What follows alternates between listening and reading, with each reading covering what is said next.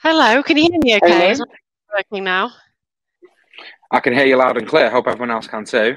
Amazing. Hello, everybody, whoever's tuned in, and welcome to Retrained Search's live surgery session, where we're going to dissect some of the biggest challenges that are faced by recruiters when they're trying to work on a retained basis. Welcome, everyone. So today we are going to look at the dilemmas faced once we've secured our work on a retained basis. What problems do we face during delivery? I think we can all agree, that almost all markets now are more challenging, than they were previously. With candidates more risk averse, it's becoming harder to attract and convince the market's best talent to move. After all, that's what our customers want. They want the market's best talent. When you add competition to that, it becomes even more challenging when we consider that so many businesses are competing for the same talent. The job we have to successfully deliver is more challenging than it ever has been. So what are the main challenges that we face? Me and Louise are going to cover a few of the main ones today. And at the end, we're going to have some time for some questions as well that you might have. So Louise, think about this. You're engaged in a search. What happens, Lou, and what do we do when you take a retainer, you come to the end of the assignment, and you still can't find anyone? Yeah, it's a really common challenge, and especially in this market, as you said. And I think, in my experience, it is one of the biggest fears for recruiters that are new to retained, and can actually prevent people from wanting to position a retained solution in the first place. So here's I guess the answer, if you like, in my experience. In a well set up retained project, the fact that you haven't got a candidate at the end of the search shouldn't actually be a problem. It's simply a decision-making moment to be navigated together in partnership with the client. In a well set up retained project, the financial commitment from the client allows us to carry out a thorough and rigorous search, and it allows us to be transparent and collaborative because we're not working at risk. We can share the talent pool, which we can't do when we're working on a no-win, no-fee or contingent basis. We don't need to be scared about sharing the challenges that we face. We can discuss them with the client together and re-steer the search accordingly.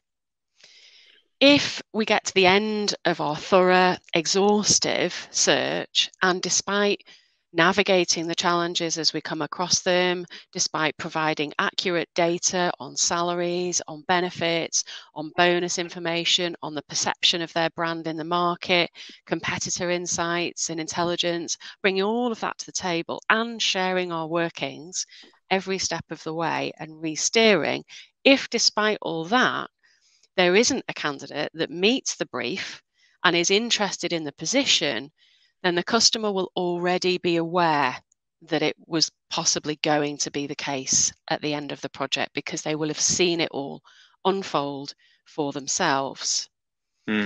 So at that point, we use all of the data, all of the evidence, and all of the intelligence that's been collected throughout the search to work together in deciding the best course of action to make sure we reach a result. That might be that we need to hire a contractor to hold the fort until the market refreshes, or it might be that we need to promote somebody internally and bring somebody in to coach them up into that position. But it doesn't mean that you failed, and it's nothing to be scared of.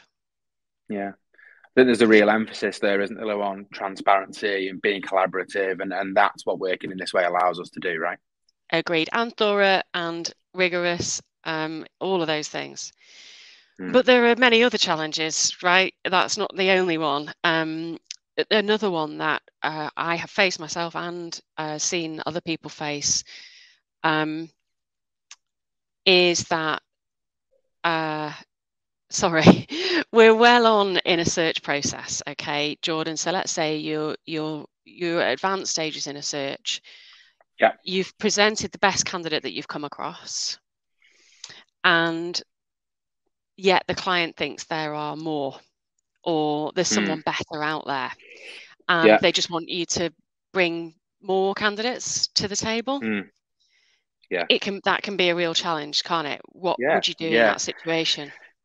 It's one I've faced before. And I think it comes from the delivery process not being followed in the right or the best way, really. And that can distort the client's understanding of the market. So, for example, let's say we've got 5 candidates to present. Yeah, we've been through our research process. We've got 5 great candidates.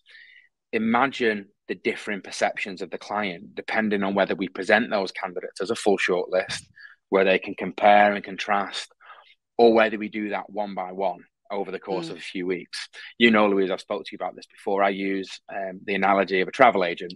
Imagine going into a travel agent and saying, me and my family want 2 weeks in Mexico, all inclusive. This is what we want from the hotel. And the travel agent says, great, this is what I'm going to do. I want you to go away. And every week on the Saturday, I want you to come back and I'm going to show you a different hotel each week for the next 5 weeks.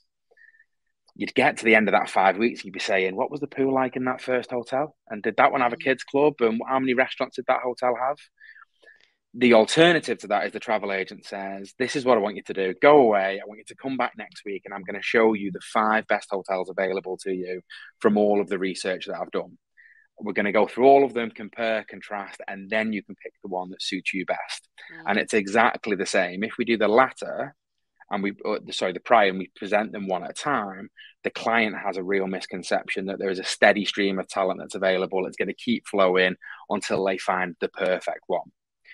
If, however, we present it as a full shortlist, and importantly, we support that shortlist with market evidence acquired during our search, the client really appreciates they have to choose from that shortlist, and that they're choosing from the best talent that's available to them on the market at this given time. So the way we overcome the challenge is by ensuring that our delivery process is robust, communicated clearly, and that they know we'll be carrying out the search in its entirety before bringing all of the best options to them to choose from, where they can compare and contrast. I understand, however, that there is often a desire to present candidates as quickly as possible, especially in fast-moving markets. And sometimes there is a need to do this. If we're going to lose a candidate, we need to do it. But I always advise against it because it's fraught with danger and can cause this exact problem. So wherever possible, I would always try and present the shortlist as a complete shortlist and use all of the market intelligence and data we've acquired during the search to drive the client to a result.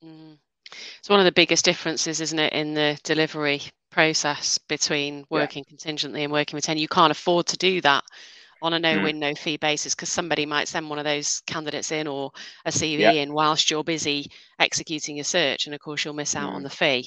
So and the way you and I think have learned how to overcome this challenge and problem is by experience and pain. Yeah, definitely. Causing the problem.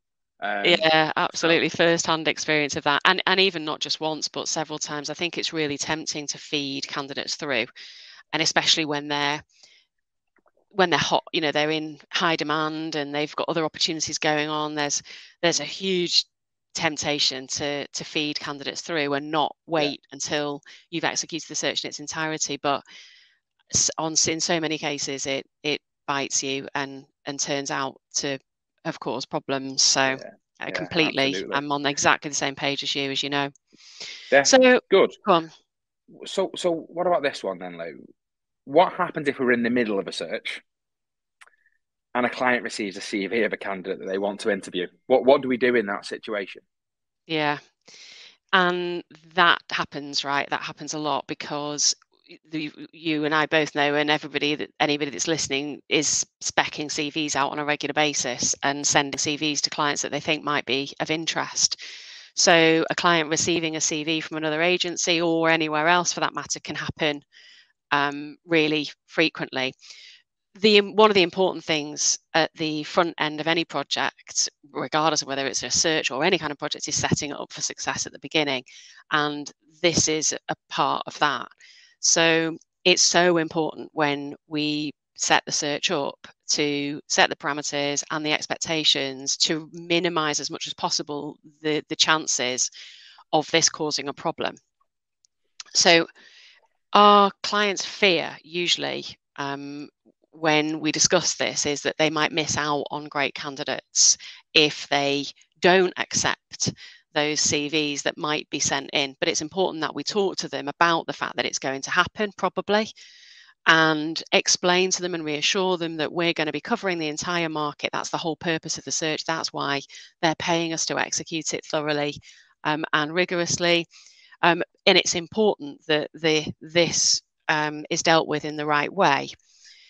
So we encourage all of our clients to inform and make sure they've informed any agencies that they have worked with or are working with, and or their internal team, that they are executing a search against this and we're carrying out retained search and therefore aren't accepting CVs from other sources from this hire. Any CVs or any candidates need to be routed through to us as their partner. However, having said that, even if you do this religiously and make sure at the end of at the beginning of every project you're doing this, sometimes they still do get a random CV or a random candidate sent to them by an agent they don't know and they haven't engaged with and haven't been able to have that conversation. So in this situation, we inform the client that if it's legitimate, and by that I mean a candidate isn't just bait and it is actually a real candidate, firstly, we're likely to already be in contact with them because of the rigor of the process we're applying. But if we're not, then that candidate is to be routed through us to assess the feasibility of that candidate and assess the candidate alongside everybody else. But what's really important is that they must first inform that's the source of that CV or candidate that they aren't accepting unsolicited CVs, so they won't be liable for a fee. So it makes sure that we cover the market in its entirety. We reassure the client that no candidates are going to be missed out on, but we don't expose the client to any potential duplicate fees. And also what we want to avoid is any duplication of activity. We don't want any third party or internal teams approaching the same talent pool as us at the same time, because that duplication of approach to candidates downgrades the position in the eyes of potential candidates, which of course makes it harder for us to make a good impression on. So we can't have our efforts diluted. Yeah. I think the great thing for us as recruiters, right, is that there's often a misconception, I think, with that problem. The customer's primary concern is duplicate fees. And that is a concern. But actually, the concern normally is we don't want to miss out on great talent. Yeah, so true. Yeah. It isn't the concern at all. We think, oh God, they're going to get potentially billed twice. But that's not what they're worried about. They're just worried about missing out on people. And as long as you articulate what the process is for that happening and making sure they're not going to miss out on anybody, then it's not actually a problem. It's just people think of it as an objection at the sales stage, that what if the client says, well, what happens if I get a CV in partway through? And they think, oh God. But actually, they just want to know the answer. It's not an objection to the process. They just don't understand what would happen in that circumstance. So it's not to be feared. Again, not to be feared. Yeah, absolutely. So they are obviously, Lou, just a few of the dilemmas that we'll face during delivery. But there's a common theme across them all, right? When we look at how we handle these situations. And it's really by ensuring that we go through a really robust and thorough search. And importantly, that we do that in a way that's transparent, where we're frank and collaborative with our customers right from the very start. So we work in partnership to overcome obstacles and, importantly, reach the very best result available for the customer at that given time. Yeah, it is. So I think we would be delighted to answer any questions. Right, Lou? Of course, as always. Do we have any? Lucinda, yeah. When do you do it in written form? Right. So Lucinda's asking, when we manage clients' expectations, do we do it in written form? How do we ensure we cover all the important points you're mentioning so that we have something to fall back on? Definitely. Yes. Definitely. At several stages, actually. So at the agreement stage, so when we're talking through the scope of the project before we've even put a formal contract in place, we'll issue a proposal document that outlines everything that we're expected to deliver and everything that we expect from the client in return in that proposal. If that's acceptable and everybody's in agreement with that, that will cover timescales, the process, the scope of the search, the brief, the project team, their skills, their experience, along with the commercial proposition. Then we'll issue a set of terms of business, which will be more intricate in terms of the expectations and parameters that we're prepared to work to, and make sure the client's in agreement with that.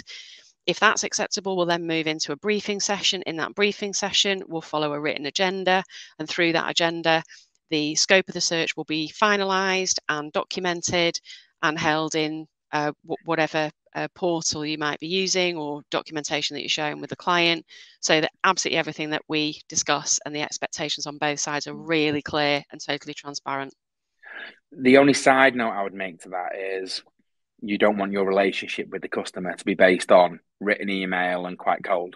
Yeah, all of the terms and the written form always is there to support what we have in collaborative conversation with them, if that makes sense. Yeah, we need to explain to the customer first why we do what we do, how we work, and then support that with the written form.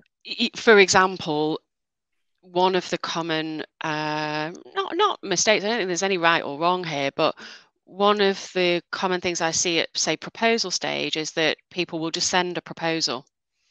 And in my experience, the most effective way of moving a project from initial discussion through proposal to successful commencement and ultimate delivery is to talk through that proposal before you actually send it, is to actually talk through it collaboratively together and make sure everyone's in agreement with it, so that when you actually send the document, everybody's already in agreement with it.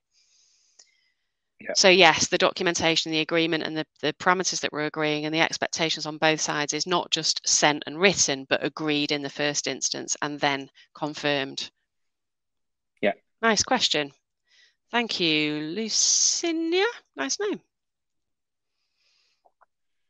Simon, read the travel agent analogy. Glad you listened to that. I love that. There could be friction from clients as we don't pay for the holiday before seeing the holidays as offered. Clients need to understand why they're being effective. Yeah, agreed. That isn't an analogy that I would use with a client. The analogy that we use for that travel agent is really to help you understand, as from a delivery perspective, the difference between feeding candidates through and waiting until the search has been executed in its entirety and presenting all the results at the end. And not just the difference for us, but the difference in the ease of the decision making. It's very, very, very difficult for a client to make a decision on the best hire when they have no idea whether there are any more available to them. So the way that we drive to a result on a retained project is to execute the search in its entirety and show them all of the options available to them at this time at once. But that isn't the way that I would describe it to a client. We today are talking about delivery dilemmas as opposed to talking about the sales side of it. We are going to be doing lots of these LinkedIn Lives, and we're going to be doing lots of sales tips and analogies that you can use with the client on the sales side. So would love to help you with that, Simon. I mean, do you want to give Simon any tips on that, or should we save that for a sales? I think we save that. We cover that in detail, right, in the pitch. We really do, yeah. Yeah, absolutely. Yeah, we really do. So Simon, if you will stick with us and come to the next episodes, and we can reveal more about how we explain the importance of the financial commitment from the client in the sales process. Yeah, and again, it's all about educating, right? Yeah. We don't. Yes, we sell Retrained Search, but it's about taking the customer on a journey and educating them on the impact of their decisions, whether working contingently or retained. But we'll cover that in another session in more depth. Yeah, definitely. Yeah. But we absolutely agree, Simon. Do not use that travel agent analogy to any clients, please. Yeah, it's more helpful from a delivery perspective. Anybody else have any other questions? Hello. When doing a search in a place where candidates are not actively on LinkedIn, you've tried engaging with them and following them up, and they don't seem to be many of the people in the pool. What's your next step of finding good candidates? Good question. Blimey, it's one of the reasons that I've never done any work in China. Yeah. So I know the things that I do if I'm struggling to find people on LinkedIn. I'm sure, Jordan, you've got some thoughts on this too. For me, one of the things that I always target myself on is sources on a search. So I want to have at least 10, and if it's a talent pool that aren't very active on LinkedIn, maybe double that to 20 people that I'm targeting that are not candidates, but they're affiliated with the talent pool. So they might be contractors, or they might be annuitants or retirees, or they might be in allied businesses or allied positions, subordinates or superiors, that I'm actively identifying as part of my search and recording their identity and the conversations that I'm having with them that will push either me or the research team to seek referrals through those networks. That's one of the things that I'll do. I've got another couple of things. Any thoughts? Advice? Yeah, well, firstly, I think you're absolutely right, Lou. The more sources, the more chance we have of deepening that talent pool. I think the other thing I would look at straight off the bat is thinking, is it that these people aren't active on LinkedIn, or is it that maybe we're not approaching them in quite the right way? Yeah, so it's really important we ensure we're approaching and trying to gain interaction with the talent pool in as many ways as possible too. It needs to be more than just a LinkedIn message. Yeah. So it's pretty easy to tell normally whether someone's active on LinkedIn or not, right? Based on, do they post, do they like, just looking at their activity shows you whether they're active. But I would think about how you're approaching them as well. So I would be looking at LinkedIn InMail. I would be looking at connection requests. I've used Facebook, Instagram, Twitter, email, but importantly, telephone as well. Yeah, headhunting is the next biggest hard, thing. absolutely. Yeah, that headhunting approach works, especially with the best talent on the market. Yeah, so that's a case of mapping out the companies, mapping out all the target companies, both the competitors, the peers, allied businesses, either in that geographical location or those that have been agreed with the client, gaining all the telephone numbers for those businesses, and headhunting either through switchboards, using industry publications, using websites, hunting down the employees within the teams and within the businesses, and identifying them that way. I mean, I have always had like a chain of for delivery, a chain of steps that I need to take to make sure that I'm exhaustively searching. That includes, yes, of course, your normal LinkedIn connection and InMail, then industry publications, websites, sources, your own network, of course, your own database, just hunting through switchboards and asking for their sales director, and everything that you can possibly try to identify all of the candidates, not just LinkedIn. Yeah. So hopefully that gives a few tips. The other thing that I've done really effectively, is asking the client where they would expect to find these people. Exploring the client's network is often something that isn't done that much in the contingent world. And so, but when you work more in the search world, it's done much more effectively. So the client is on your side in a search, you're on the same side. So working together to understand who in their organization is going to have networks that are likely to yield the type of candidates we want to talk to, and how best do we engage with those people so our stakeholders can put us in touch with either their network or internal people within their organization, so that we can explore theirs. And because we're all on the same side, it's all very open and transparent. Yeah. And if you do all of that work, you map out the market, you find everybody there is, and you approach them in all of those ways, you don't need to be fearing going into a conversation with the customer saying, this is a really tough search, because what they're going to do is sit back and go, my God, you've got through some work. Yeah. How do we steer? Where do we go? Yeah. So all the work you do, track it all the candidates you've identified, all the sources that you've identified, and share it all very transparently with the client so they can see where you've been. And then you together, as we were talking about before, you can decide, right, what's the next best course? What's the next best step? Yeah. Where do we go from here? Yeah. I think that's the last question. See you next time. We're going to talk about overcoming objections and all the likely questions that you get after recommending a retained solution. Thank you so much for joining us. Thank you, everyone. See Thanks, you Liz. soon, everybody. Thank you. Bye, Bye. everyone.